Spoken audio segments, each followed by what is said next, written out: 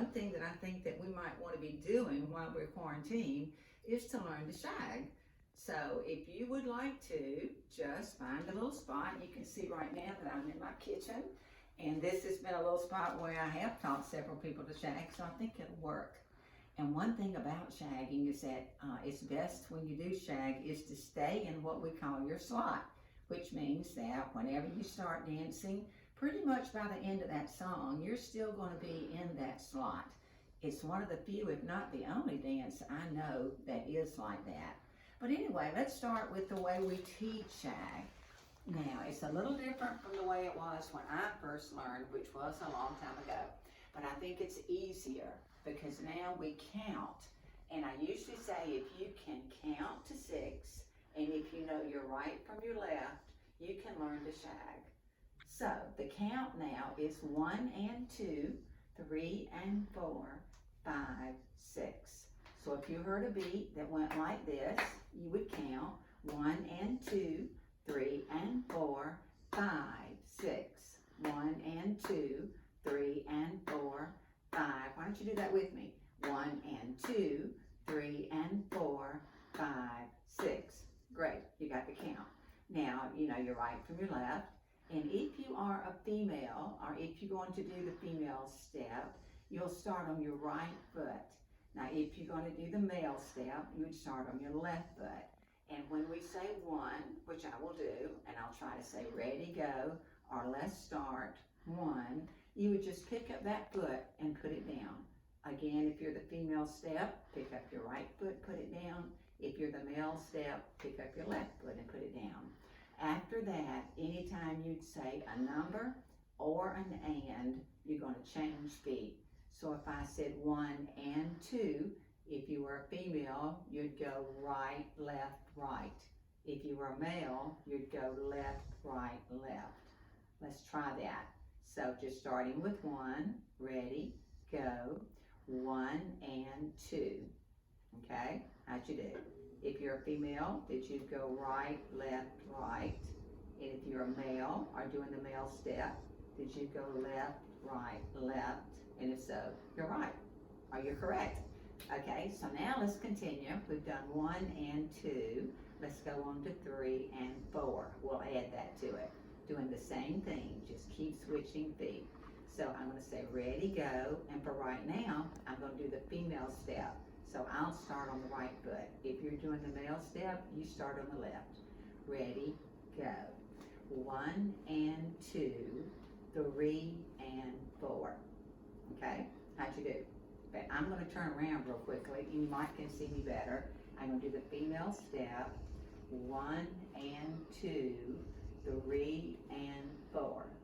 Now I'm going to switch to the male step, starting with the left. 1 and 2, 3 and 4. Good. You still with me?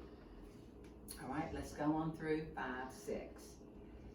Remember, there was a little difference on 5. We're going to hesitate a little bit. So it's going to go again. 1 and 2, 3 and 4, 5, 6. Okay, female first. We'll start. 1 and 2, 3 and 4, 5, 6. Males. 1 and 2, 3 and 4, 5, 6.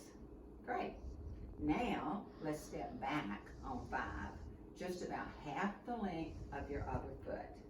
So remember now, if you're a female step, you're going to be on your right foot on 5. So you would step back about half the length of your other foot. If you're doing the male step on 5, you're going to step back about half the length of your right foot. And then when you step back, you're just going to put that 6 down right where it is. Let's try it. Ready? Let's start with the male foot this time. Starting with the males on the left foot. Ready, go. 1 and 2, 3 and 4, 5, 6. Okay, I'm going to turn around and do the female step. Ready, go. 1 and 2, 3 and 4, 5, 6. One more time. Bring the right back.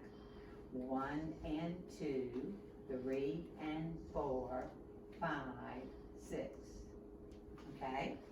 Now it's sort of like you're marching, but you really don't want to march because you don't want to pick your feet up really high. In fact, the closer you can keep your feet to the floor, the better. And you're going to be a little bit towards the ball of your foot, which is this part of your foot. You very seldom even go flat-footed all the way to your heel. So think about that now. Get up a little bit off of your heel and let's practice. You're going to feel it a little bit more on your calves. Most shaggers have pretty firm and muscular calves. Ready? Go. 1 and 2, 3 and 4. Go back on 5, 6. 1 and 2, 3 and 4, 5, 6. Great. That is great. Now, there's another little bit difference in what we call the basic, and this is the basic, what you're learning right now. And once you learn the basic, you would be able to shag with anybody that has learned the correct basic of the shag. Now, there's a little bit difference, and a lot of people teach this, and I teach this also.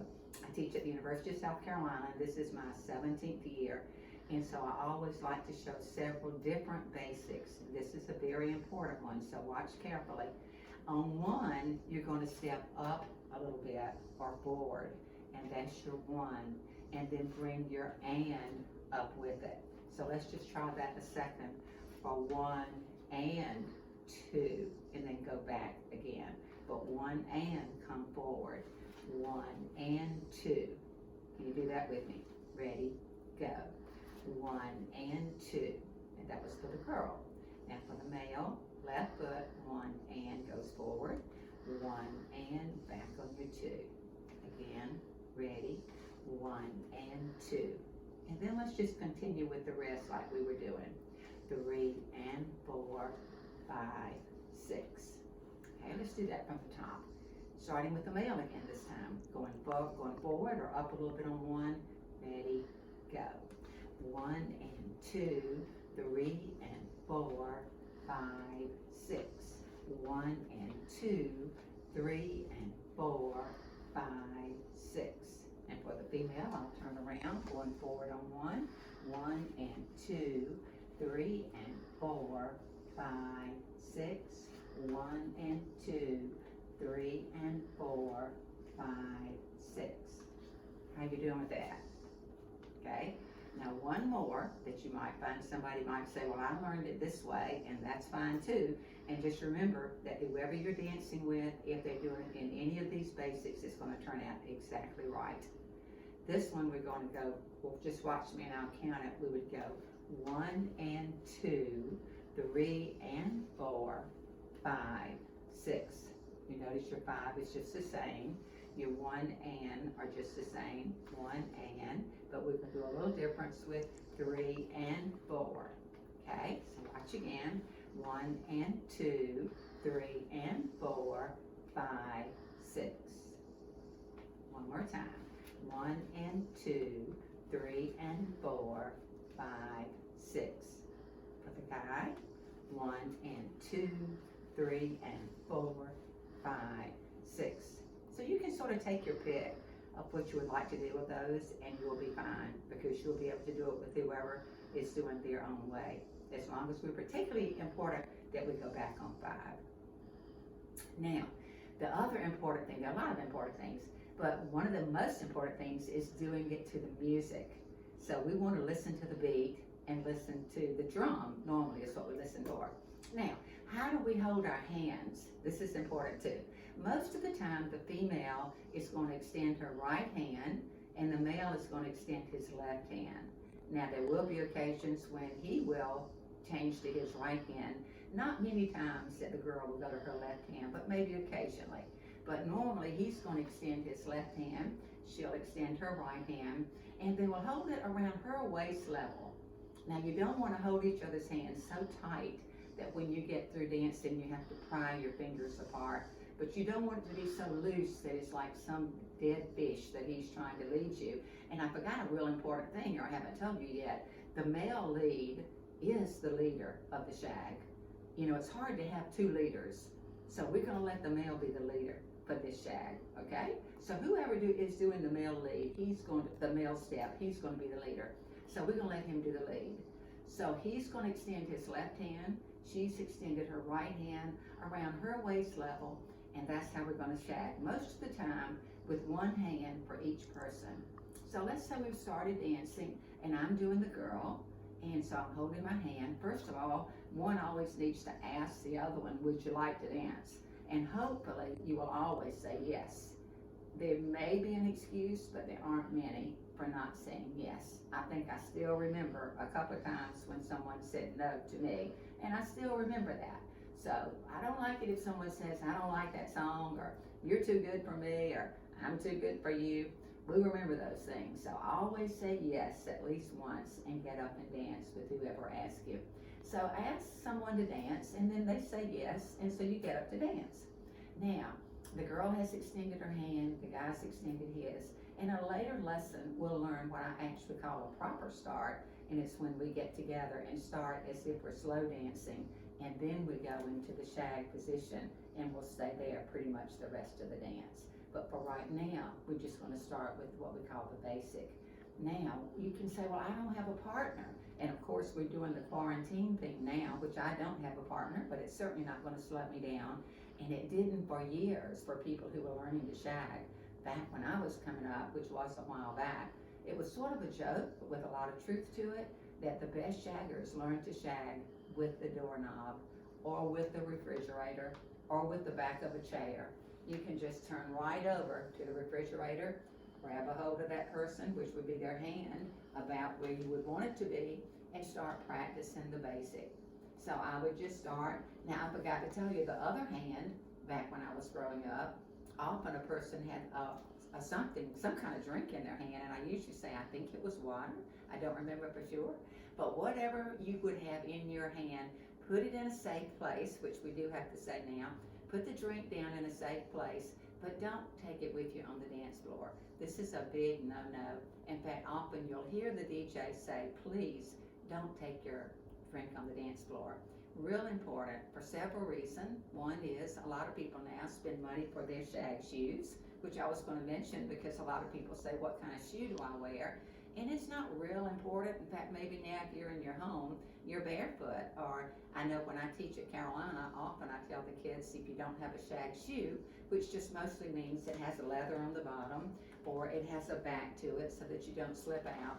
But if you don't have that, socks are perfect. So if you have a pair of socks, go get them, and you can slide around while you're dancing. It helps you make some turns and to do your basic. But right now, while we have ourselves ready to go, we've got our hand looking like we're holding our drink, and that's just mostly so that it looks like you're balanced, and shag is all about balance. So both my partner and I are going to be holding our hand, then we have our drink in the other hand, we're all balanced, and we're ready to dance. So one has asked the other, would you like to dance? And of course they say yes, and you're ready to go. So when the music starts, which I'll put on in just a second, we'll actually practice doing our basic. And that's something that you can do for over and over and over. You can never practice the basic too much. So I'll let you hear what we're talking about, and you can listen for the drum, and I will show you how we'll actually start doing this dance to the music. If you listen for the drum on this, the count would be 1 and 2, 3 and 4, 5, 6. 1 and 2, 3 and 4, 5, 6. 1 and 2, 3 and 4, 5, 6. 1 and 2, 3 and 4, 5, 6. 1 and 2, 3 and 4, 5, 6. See how I go back on 5? Go a little bit forward on 1. 1 and 2, 3 and 4, 5, 6. 1 and 2, 3 and 4, 5, 6. And your partner's going to be doing the same thing. Again, the refrigerator never argues with you. So you've got a great partner there. Something you can do for hours. And right now, we really need to be exercising instead of sitting on the sofa hour after hour. So I'd like to encourage you to do that. And maybe we'll get together and do some more things like some turns. There's so many. I know in my class at Carolina, we actually have 24 different steps that we are required to do by the end of the semester. So thank you so much for staying with me. I hope you've enjoyed doing this and that we can do it again.